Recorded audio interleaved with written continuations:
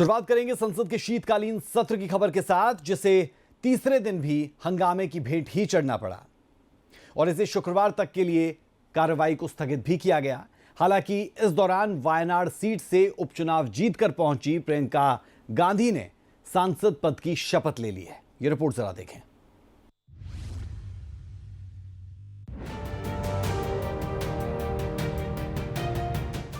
संसद का शीतकालीन सत्र तीसरे दिन भी हंगामे की भेंट चढ़ गया।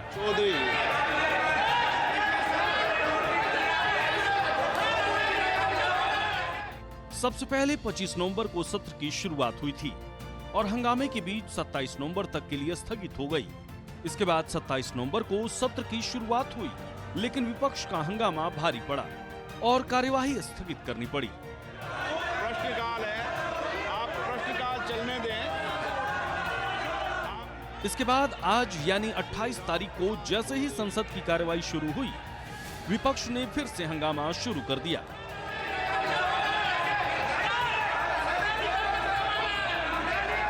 जिस वजह से सत्र की कार्यवाही कल सुबह 11 बजे तक के लिए स्थगित कर दी गई। The House stands adjourned to meet at 12 noon today. अब सवाल उठता है कि सत्र नहीं चलने देने के पीछे विपक्ष की मंशा क्या है। सत्र नहीं चलने की वजह से जो काम ठप पड़ा है, उसकी भरपाई कैसे होगी और कौन करेगा? जनता को हुए आर्थिक नुकसान का क्या होगा? ऐसे तमाम सवाल जो हर भारतीय के दिमाग में चल रहा होगा, लेकिन जवाब तलाशना बेहद मुश्किल है। संख्या 21 श्री अरुण गोविल। क्योंकि इस मुद्दे पर सत्ता पक्ष और विपक्ष दोनों एक दूसरे को टोपी पहनाते दिखेंगे। खैर, संसद सत्र के तीसरे दिन वायनाड से उपचुनाव जीतकर पहली बार संसद पहुंची प्रियंका गांधी ने सांसद पद की शपथ ले ली है। इस दौरान उन्होंने हाथ में संविधान की कॉपी लिया हुआ था। प्रियंका गांधी के शपथ ग्रहण के दौरान सोनिया गांधी, राहुल गांधी और प्रियंका गांधी के दोनों बच्चे भी मौजूद थे। कांग्रेस के इतिहास में ऐसा पहली बार हुआ है जब गांधी परिवार के 3 सदस्य एक साथ संसद के सदस्य हैं। राहुल गांधी रायबरेली से और प्रियंका वाड्रा वायनाड से लोकसभा सांसद हैं, जबकि सोनिया गांधी राजस्थान से राज्यसभा सांसद हैं।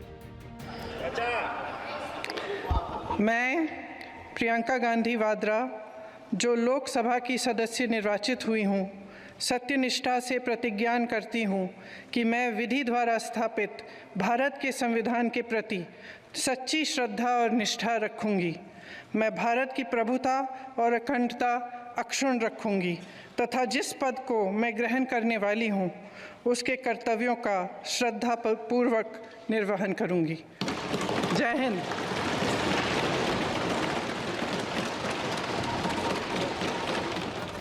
बता दें कि केरल के वायनाड से उपचुनाव जीतने के बाद लोकसभा में दोबारा कांग्रेस के 99 सांसद हो गए हैं।